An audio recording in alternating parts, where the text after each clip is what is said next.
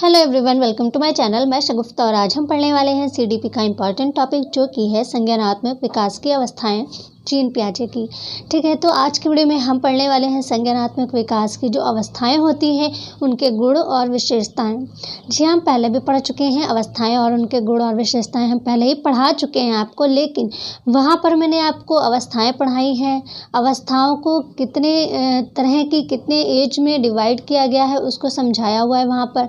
उसके उपनाम बताए गए हैं, कौन सी अवस्था के उपनाम क्या क्या हैं, जैसे संघर्ष की अवस्था किसको कहते हैं, तूफान की अवस्था किसको कहते हैं, इस तरह की, या नेतृत्व की अवस्था किसको कहते हैं। ये सारी चीज़ें वहाँ पे बताई हुई हैं, लेकिन वहाँ पे विशेषताएं भी बताई हैं मैंने उस वीडियो में। लेकिन आज की वीडियो में जो गुण और विशेषताएं हैं वो अलग हैं। संज्ञानात्मक विकास के वो भी हैं और ये भी हैं, लेकिन वहाँ पर विशेषताएं बताई हैं, उनके अर्थ नहीं बताए हैं।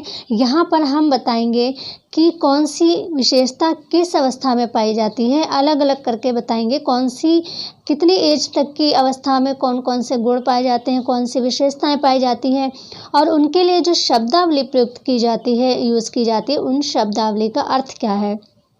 क्योंकि आपसे जो एग्ज़ाम्स में क्वेश्चन पूछे जाएंगे उनसे आपको उनके अर्थ पता होना चाहिए, तभी आप वहाँ पर सही अवस्था और सही विशेषता टिक कर पाएंगे। जब तक आपको अर्थ नहीं पता होगा तब तक आप नहीं कर पाएंगे। तो चलिए वीडियो स्टार्ट करते हैं। वीडियो है बहुत ज़्यादा इम्पॉर्टेंट, जैसा कि पहले भी कहा हुआ है कि जीन पियाजे का जितना भी टॉपिक है, जो भी है, जीन पियाजे मोस्ट इम्पॉर्टेंट है।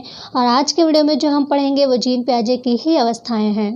तो जीन पियाजे को बिल्कुल भी इग्नोर नहीं करना है, बिल्कुल भी स्किप नहीं करना है उनके किसी भी टॉपिक को।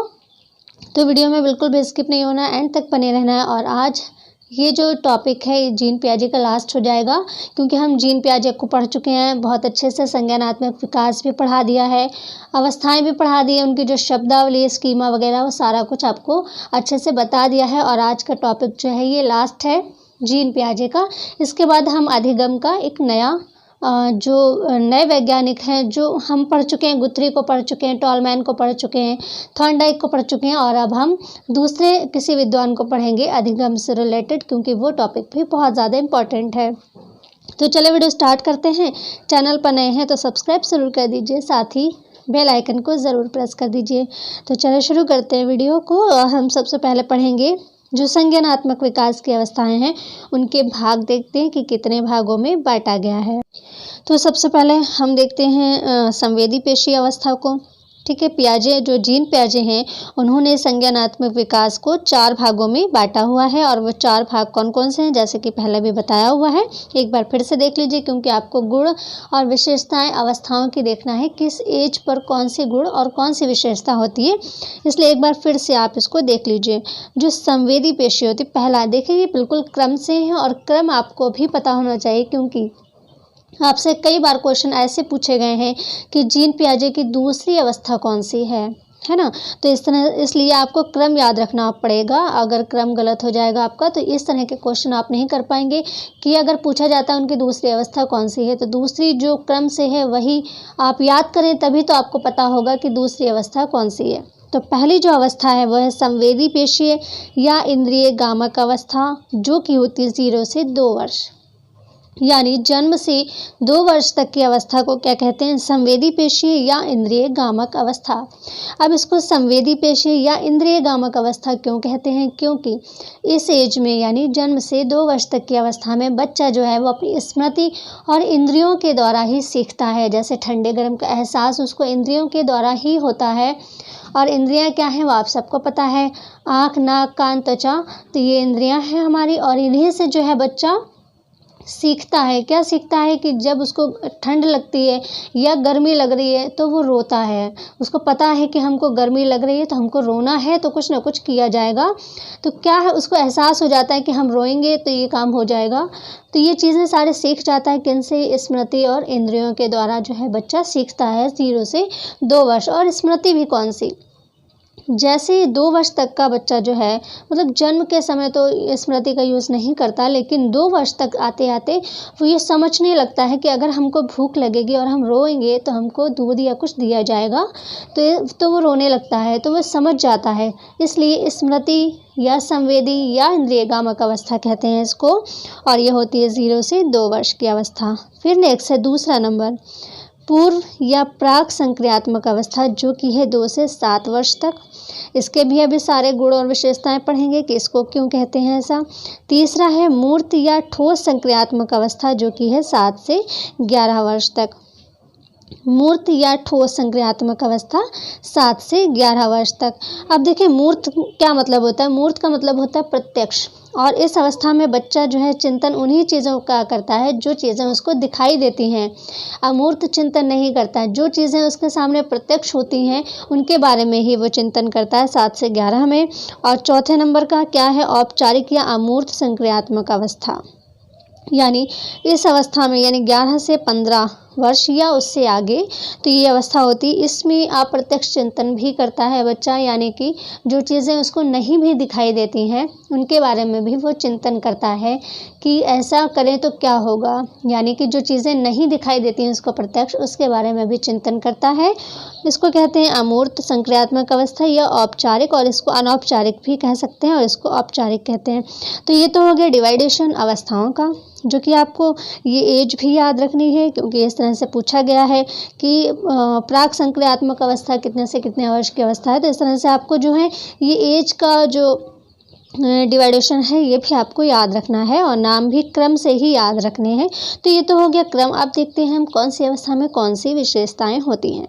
तो पहला हम देखते हैं संवेदी पेशीय या इंद्रियगामक अवस्था, जिसमें बच्चा अपनी संवेदी यानी कि इंद्रिय जो होती हैं उनसे सीखता है बच्चा। तो इस अवस्था कब से होती है, जन्म से 2 वर्ष तक की होती है। और इसमें क्या क्या गुण पाए जाते हैं। पहला गुण है वस्तु स्थायित्व। हम पहले भी आपको जो हमने जीन पियाजे की शब्दावली पढ़ाई है, स्कीमा है, अहम केंद्रीयता है और केंद्रीकरण है, ये सारा कुछ पढ़ाया हुआ। उसमें हमने आपको एक एक शब्द का, यानी जो भी शब्दावली प्रयुक्त की जाती है जीन पियाजे की, एक एक शब्द को बहुत अच्छे से वहाँ पे एक्सप्लेन किया है। आप वहाँ से भी देख सकते हैं, वो इसमें पूरा है, क्योंकि जो शब्दावली हमने पहले पढ़ाई है वही सारा इसमें भी है। और तो एक बार बस आपको ये देखना है कि कौन सी अवस्था में कौन सी शब्दावली या गुण या विशेषताएं जो हैं प्रयुक्त की जाती हैं।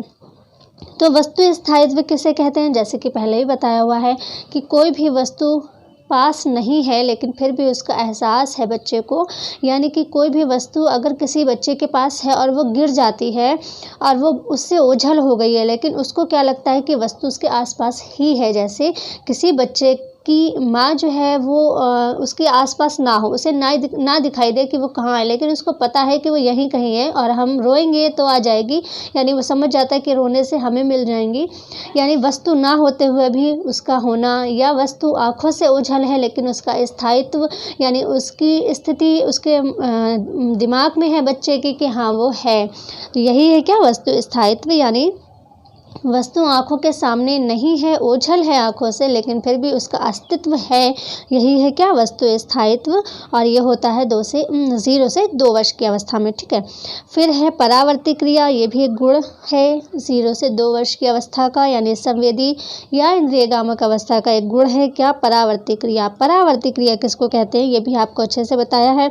जैसे जब बच्चा किसी काम को करना सीख जाता है, या किसी शब्द को बोलना सीख जाता है, या किसी काम को करना सीख जाता है, तो उसको ही वो बार बार करता है और उससे जो है वो बार बार उसी काम को करके या उसी शब्द को बोल के खुश होता है। इसी को कहते हैं क्या, परावर्ती क्रिया। जैसे जब बच्चा कोई एक शब्द बोलना सीख जाता है तो बार बार उसी शब्द को बोलता रहता है। आपने कभी देखा हो अपने घर में कहीं भी, जब कोई बच्चा किसी काम को करना सीख जाता है या कोई शब्द बोलना सीख जाता है तो वो उसी को बोलता है बार बार और खुश होता है।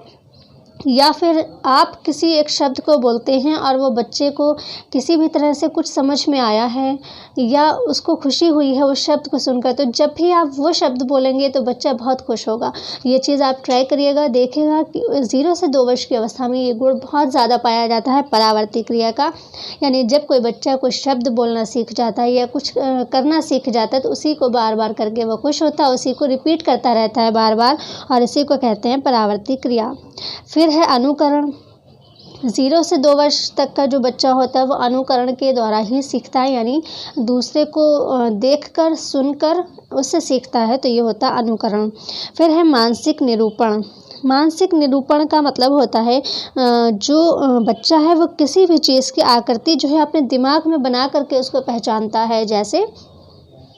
जैसे डॉगी है, अगर बाहर भौंक रहा है, कुत्ता जो है बाहर भौंक रहा है, तो अब उससे घर पर क्या कहेगा, चुप हो जाओ बेटा, रोना नहीं, बाहर डॉगी है। यानी वो समझ जाता है कि अगर भौं भौं की आवाज़ आएगी तो क्या है, ये कुत्ता है। वो अपने माइंड में, अपने दिमाग में, अपने मानसिक जो है एक आकृति बना लेता है कि अगर भौं भौं की आवाज़ आएगी तो वो क्या है, वो कुत्ता ही है। या उसको देखेगा कुत्ता और फिर भौं भौं की आवाज़ आएगी तब वो पहचान लेता है, अपने मन में एक आकृति बना लेता है कि ये क्या है, ये कुत्ता ही है। यानी मन में अपनी वो एक आकृति बना करके चीज़ों को पहचानता है। इसी को कहते हैं मानसिक निरूपण। एक एक चीज़ को हमने पिछले वीडियो में भी बहुत अच्छे से एक्सप्लेन किया है, लेकिन यहाँ पर भी आपको बताते चलते हैं। और ये आपको ज़रूर याद रखना है कि कौन सी अवस्था की कौन से गुण या विशेषताएँ हैं। और ये सब जो भी बताया जा रहा है ये जन्म से 2 वर्ष की अवस्था के हैं, यानी कि इंद्रिय गामक अवस्था के ये सारे गुण और विशेषताएँ हैं। आपसे इनमें से बहुत ज़्यादा क्वेश्चन पूछे गए हैं पिछले एग्ज़ाम्स में, ठीक है, तो ये इम्पॉर्टेंट है। फिर है नेक्स्ट मूल प्रवृत्त्यात्मक व्यवहार। और ये जो है मूल प्रवृत्त्यात्मक व्यवहार ये बहुत ज़्यादा इम्पॉर्टेंट है। इम्पॉर्टेंट क्या, ये 0 से 2 वर्ष की अवस्था में सबसे ज़्यादा पाया जाने वाला गुण और या विशेषता है। कौन सा, मूल प्रवृत्त्यात्मक व्यवहार। अब मूल प्रवृत्तियाँ कौन कौन सी होती हैं, मैक्टूगल की आपको मैंने पढ़ाई हुई है 14 मूल प्रवृत्तियाँ। जो बचपन में मूल प्रवृत्तियाँ होती हैं यानी 0 से 2 वर्ष तक की, तो वो मूल प्रवृत्तियाँ 14 नहीं होती। वो मूल प्रवृत्तियाँ कुछ ही होती हैं, जैसे हंसना, रोना, है ना, भूख लगना, भूख प्यास का एहसास, ठीक है। तो ये सारी चीज़ें जो है ये जन्म से 2 वर्ष की अवस्था में होती हैं और ये मूल प्रवृत्तियाँ होती हैं। इनसे ही बच्चा सीखता भी है। जैसे उसको जब भूख लगेगी तो उसको पता है कि हमको रोना है तो हमको मिल जाएगा। तो मूल प्रवृत्ति सबसे ज़्यादा ये गुण होता है 0 से 2 वर्ष की अवस्था में, यानी हंसना, रोना, भूख लगना, गुस्सा, प्रेम, है ना, ये सब होता है मूल प्रवृत्त्यात्मक चीज़ें। और मूल प्रवृत्ति उसके द्वारा बच्चा जो है सीखता है, ठीक है। तो भूख प्यास हंसना रोना ये सब तो होता ही है जन्म से, बिल्कुल। तो ये मूल प्रवृत्त्यात्मक व्यवहार जो है ये सबसे ज़्यादा होता है। फिर है स्मृति या इंद्रियों एवं गामकों द्वारा सीखना। अब यहाँ पर देखें, जो ये अवस्था है 0 से 2 वर्ष की, इस अवस्था को ही कहते हैं क्या, इंद्रिय एवं गामक, इंद्रिय जनित या गामक जो अवस्था है इसी को कहते हैं, या संवेदी पेशी अवस्था कहते हैं इसको, कई सारे नाम हैं इसके। तो उसमें ये तो विशेषता होगी ही होगी, यानी इंद्रियों द्वारा सीखना किस में होता है, 0 से 2 वर्ष। यानी ठंडा गर्म का एहसास होना, गर्मी लग रही है तो रोने लगना, है ना, ये सारी चीज़ें होती है 0 से 2 वर्ष की अवस्था में। फिर है नेक्स्ट और लास्ट, लक्ष्य उद्दिष्ट व्यवहार। यानी बच्चे के लिए, यानी 0 से 2 वर्ष की जो अवस्था के बच्चे होते हैं, 2 वर्ष या 2.5 वर्ष मान लीजिए, उस अवस्था के बच्चे के लिए व्यवहार कोई मायने नहीं रखता। उसको कोई मायने नहीं रखता उसके लिए व्यवहार, कि हम अच्छा व्यवहार कर रहे हैं या बुरा व्यवहार कर रहे हैं या मेरे व्यवहार से किसी को दुख होगा, उसके लिए ये सब चीज़ें मायने नहीं रखती। वो सिर्फ लक्ष्य को प्राप्त करना चाहता है और इसके लिए वो उसी तरह का व्यवहार करता है। यानी उसको अगर भूख लगी तो वो रोता रहेगा, जब तक उसको नहीं मिल जाता खाना या भोजन वो रोता रहेगा। उसके लिए ये चीज़ मायने नहीं रखती कि मेरे रोने से किसी को कुछ दुख है, तकलीफ़ है, कुछ नहीं मायने रखता उसके लिए कोई भी व्यवहार। उसके लिए सिर्फ उसका लक्ष्य ही इम्पॉर्टेंट होता है और वो लक्ष्य को ही प्राप्त करने के लिए जब तक उसको लक्ष्य प्राप्ति नहीं हो जाती वो व्यवहार उस तरह का करता रहता है। और इसी को कहते हैं क्या, लक्ष्य उद्दिष्ट व्यवहार। और ये होता है 0 से 2 वर्ष तक की अवस्था में। तो ये जो है ये सारे गुण और विशेषताएं ये हैं इंद्रिय जनित जो अवस्था है या संवेदी पेशी अवस्था है 0 से 2 वर्ष की अवस्था, उसकी ये सभी गुण और विशेषताएं हैं। ये आपको अच्छे से ध्यान रखना है कि ये जो सभी थे वो किसी और अवस्था में आपको नहीं करना है। नेक्स्ट जो है यानी दूसरे नंबर की जो अवस्था है पूर्व या प्राक संक्रियात्मक अवस्था, जो कि 2 से 7 वर्ष तक की अवस्था है। और इसके जो निम्नलिखित गुण हैं वो क्या गुण या विशेषताएं हैं। इसका जो पहला गुण है वो है अविलोम्यता। अविलोम्यता को हम पहले ही बहुत अच्छे से बता चुके हैं आपको। अविलोम्यता उसको कहते हैं जब कोई भी बच्चा कुछ सीखता है, शुरुआती बिंदु से आगे बढ़ता है और आगे सीखता है, लेकिन वो शुरुआती बिंदु को भूल जाता है और उस पर वापस नहीं लौट पाता, ऐसे ही कहते हैं अविलोम्यता। अगर वो लौट आता है शुरुआती बिंदु पर तो उसको कहते हैं विलोम्यता, लेकिन नहीं लौट पाता इसको कहते हैं अविलोम्यता। जैसे आपको मैंने पिछले वीडियो में भी बताया था कि अगर कोई बच्चा वाह सीखता है, वाह, अब उसको ये बताना है कि, या फिर मान लीजिए का सीखता है कोई बच्चा, का वर्ण सीखता है कोई भी बच्चा, अब उससे ये कहा जाए कि ये वाला जो ये बनाया हुआ है इसको हम काट दें तो क्या बन जाएगा, कौन सा वर्ण बन जाएगा, वा बन जाएगा, वक वाला या वट वाला वा बन जाएगा। तो वो क्या है, वो वा तो सीख जाएगा कि हाँ भाई इसको जो है ये वाला हमने काट दिया और ये हो जाएगा वाह। अब वो वाह बनाना सीख जाएगा, यानी इस तरह से हम बनाएंगे तो वाह बन जाएगा और इसको इस तरह से नहीं करना पड़ेगा। तो इस तरह का बनाने से ही हम वाह वर्ण बना सकते हैं, यानी वाह जो अल्फ़ाबेट है वो हम बना सकते हैं। अब वो वाह बनाना सीख गया लेकिन क्या भूल गया, वो का बनाना भूल गया, इसी को कहते हैं अविलोम्यता। जब वो शुरुआती बिंदु से चला, शुरुआती बिंदु क्या था, का था, और इससे चला वो वा बनाना सीख गया लेकिन का को भूल गया, इसी को कहते हैं अविलोम्यता। लेकिन अगर वा बनाने के साथ साथ उसे का याद रहा तो वो होती विलोम्यता, और वो दूसरी अवस्था जो है उसका गुण है। लेकिन यहाँ पर हम पढ़ लें 2 से 7 वर्ष की अवस्था के गुण और विशेषताएं, तो उसमें अविलोम्यता होती है। यानी जब कोई बच्चा शुरुआती बिंदु से सीखना शुरू करता, आगे जाता है तो पीछे की चीज़ें वो भूलता है। सब नहीं भूलते, कुछ एक आध जो बहुत ज़्यादा इंटेलिजेंट बच्चे होते हैं वो नहीं भूलते, लेकिन मोस्टली जो है वो पिछले बिंदु को भूलने लगते हैं, थोड़ा बहुत भूलने लगते हैं। तो अविलोम्यता कहते हैं उसको, यानी शुरुआती बिंदु से जब बच्चे आगे बढ़ते हैं तो शुरुआती बिंदु पर वापस न लौट पाना अविलोम्यता कहलाती है। फिर है संरक्षण का अभाव। संरक्षण का अभाव भी सेम यही है, लेकिन अविलोम्यता जो है अल्फ़ाबेट में होती है, वर्ण में होती है, और संरक्षण का अभाव जो है यह आकृति में होता है। यानी कोई भी आकृति अगर बना रहा है, किसी शून्य से लेकर चल रहा है, वो अगर आगे की आकृति उसने बनाना सीख लिया और वापस वो पहले वाले पॉइंट पर नहीं आ पा रहा है तो वो होता है संरक्षण का अभाव। यानी अविलोम्यता जो है ये वर्णों में होती है, यानी अल्फ़ाबेट्स में हो सकती है, लेकिन संरक्षण का अभाव ये आकृति में होता है। आकृति में होता है, जैसे उसने इस तरह का बूंद बनाना सीख लिया कि हाँ ये पानी की बूंद है, लेकिन इसी बूंद से वो कमल का फूल भी बना सकता है। अब वो कमल का फूल बनाना याद रहा उसको, लेकिन वो बूंद बनाना भूल गया, उसी को कहते हैं क्या, संरक्षण का अभाव।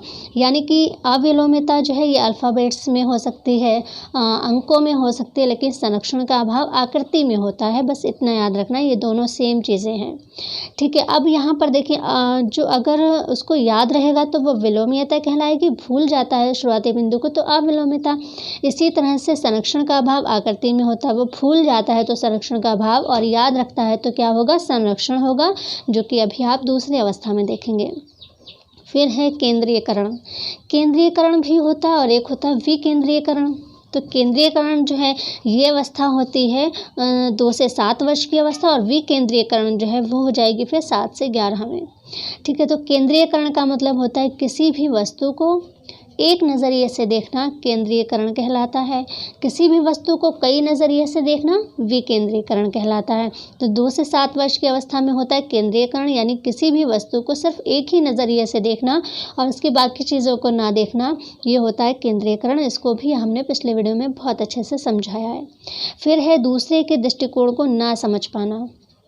यानी 2 से 7 वर्ष की अवस्था में बच्चे सिर्फ अपने दृष्टिकोण को समझते हैं, अपनी बात को समझते हैं, वो दूसरे के दृष्टिकोण को, यानी दूसरे क्या कहना चाहता है और क्यों कर रहा है वैसा, या दूसरे के दृष्टिकोण को नहीं समझ पाते 2 से 7 वर्ष की अवस्था में। फिर है जातिवाद। इसको जीववाद भी कह सकते हैं और जातिवाद भी कह सकते हैं। जातिवाद या जीववाद में क्या होता है, बच्चे को किसी भी चीज़ के जीवित होने का भ्रम होता है, यानी कि वो अपने खिलौनों को भी जीवित मानते हैं। उनके पास कोई हाथी है, कुत्ता है, घोड़ा है, ठीक है, खिलौना है, उसको भी वो जीवित मानकर उनसे बातें करते हैं, यानी जीवित होने का उनको भ्रम होता है। इसी को कहते हैं जातिवाद या जीववाद। फिर है अहम मान्यता। अहम मान्यता जो है 2 से 7 वर्ष की अवस्था जो है उसमें अहम मान्यता होती है, यानी कि अहम मान्यता का मतलब स्वार्थी जो प्रवृत्ति होती है वो होती है अहम मान्यता। यानी एक तरह से ये शैशवावस्था ही है। हमने शैशवावस्था, बाल्यावस्था ये सब पढ़े हैं। तो जो शैशवावस्था होती है 5 वर्ष तक की अवस्था होती है, लेकिन जो जीन पियाजे उन्होंने इसमें भी डिवाइड कर दिया है। उन्होंने 2 वर्ष तक अलग कर दिया है और फिर 2 से 7 रखा है, यानी एक तरह से ये शैशवावस्था है। और शैशवावस्था में क्या होती है, अहम मान्यता होती है, यानी कि स्वार्थी जो प्रवृत्ति होती है वो होती है, यानी बच्चे को सिर्फ अपने से मतलब होता है, वो सिर्फ खुद से ही बातें करना चाहता है, वो दूसरे की ना तो सुनता है ना ही दूसरे में इंटरेस्ट रखता है, यानी स्वार्थी प्रवृत्ति होती है अहम मान्यता। फिर है गिनती या वर्णमाला आदि की शुरुआत हो जाती है 2 से 7 वर्ष की अवस्था में गिनती और वर्णमाला की शुरुआत हो जाती है, यानी उनको जो है 1 2 3 या 1 2 3 या ABCD ये सब शुरुआत हो जाती है। यहाँ तक कि 6 वर्ष की अवस्था में बच्चे का एडमिशन भी होता है, जो बिल्कुल रजिस्टर्ड एज है वो 6 वर्ष की है एडमिशन होने की बच्चे की। तो यानी कि उससे पहले वर्णमाला और गिनती की शुरुआत हो जाती है, ठीक है, तो ये ध्यान रखना आपको। फिर है संकेत समझने लगता है, चिन्ह समझने लगता है, कि इसमें 2 से 7 वर्ष की अवस्था में। तो ये थी विशेषताएं सभी 2 से 7 वर्ष की। अब देखते हैं मूर्त या ठोस संक्रियात्मक अवस्था। मूर्त कहते हैं प्रत्यक्ष को, यानी कोई भी चीज़ जो है उसको प्रत्यक्ष मानकर उसके बारे में चिंतन करना मूर्त कहलाता है, यानी मूर्त या ठोस संक्रियात्मक अवस्था होती है। ये 7 से 11 वर्ष की अवस्था होती है और इस अवस्था के गुण हैं विलोम्यता, जैसे कि अभी ऊपर पढ़ा अविलोम्यता, और उसी तरह से ये है विलोम्यता, यानी पहले की चीज़ों को और बाद की चीज़ों को दोनों को याद रख पाना है क्या, विलोम्यता।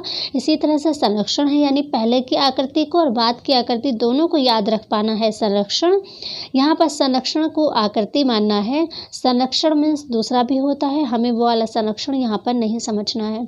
फिर है विकेंद्रीयकरण, जैसे हमने पहले पढ़ा था केंद्रीयकरण, यानी किसी भी वस्तु या किसी भी चीज़ को एक नज़रिए से देखना केंद्रीयकरण कहलाता है, और किसी भी चीज़ या वस्तु को कई नज़रिए से देखना, कई पहलुओं से देखना कहलाता है विकेंद्रीयकरण, और ये अवस्था होती है 7 से 11 वर्ष में।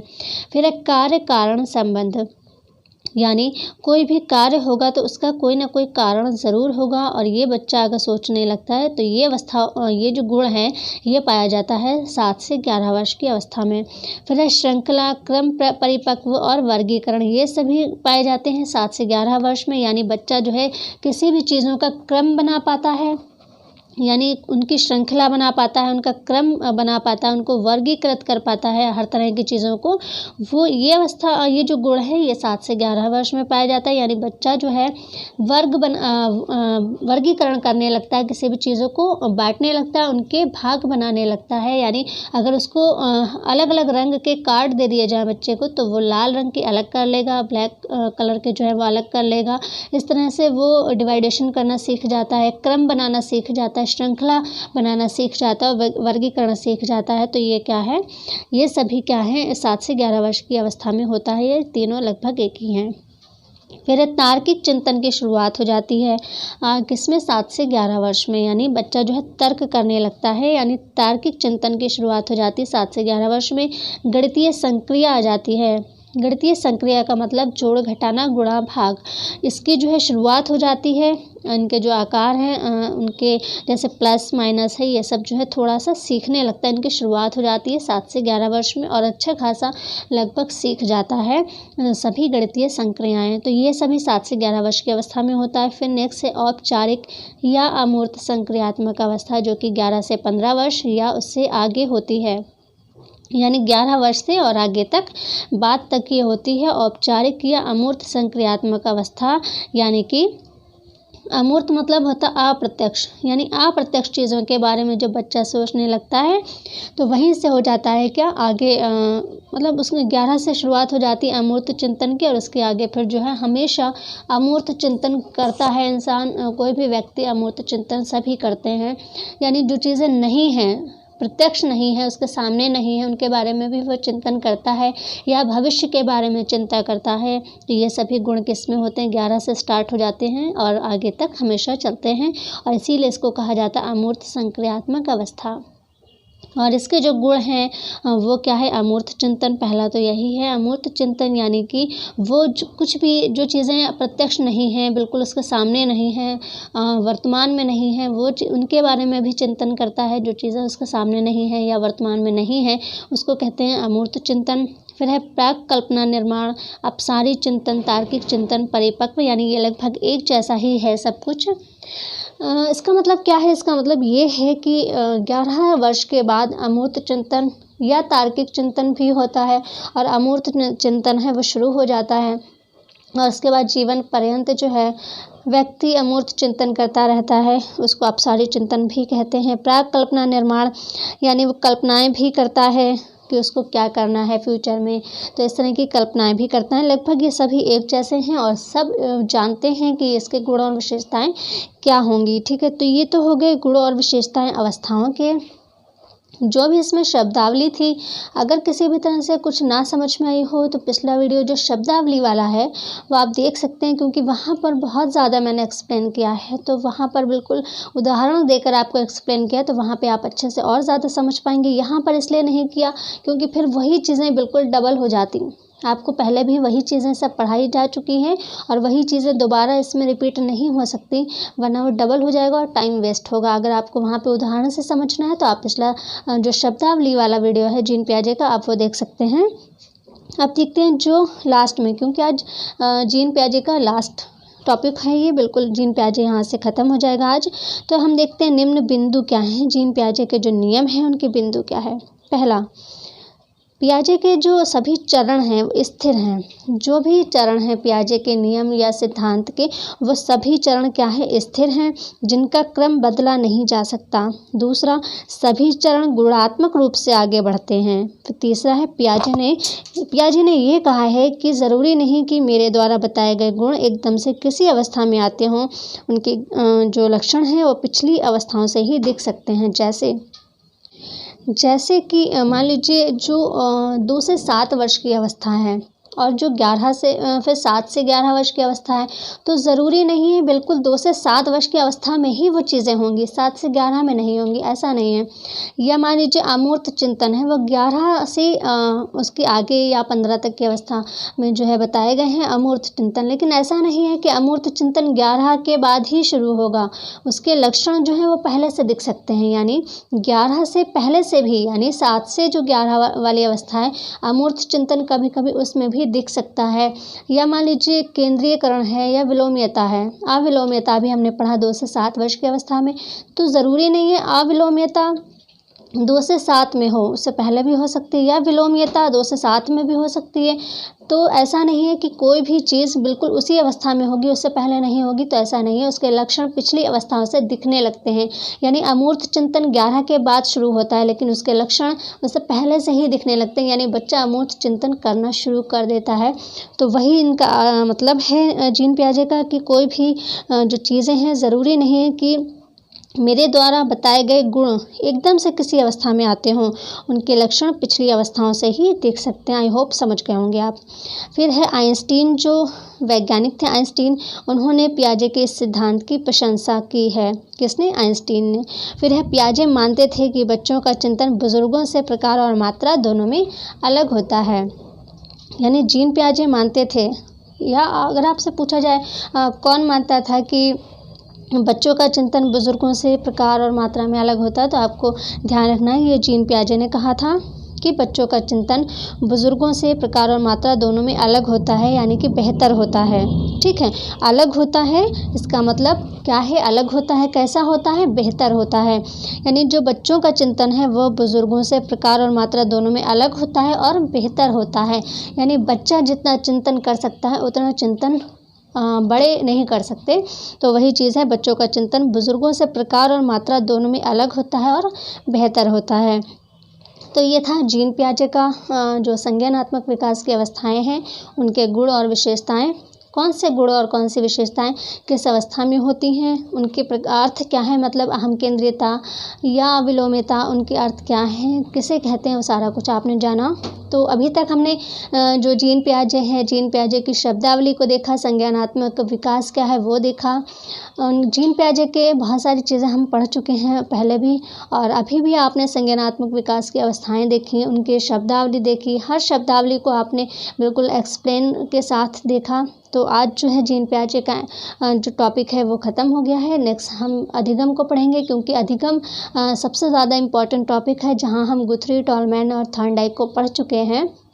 नेक्स्ट हम पढ़ेंगे किसी विद्वान को, क्योंकि लगभग 14 सिद्धांत हैं अधिगम के, उन सभी को हमें पढ़ना है, क्योंकि अधिगम से ज़रूर क्वेश्चन पूछे जाते हैं। तो आज के वीडियो में इतना ही। वीडियो अच्छा लगा हो शेयर ज़रूर करिएगा। मिलते हैं नेक्स्ट वीडियो में, तब तक के लिए टेक केयर, बाय बाय।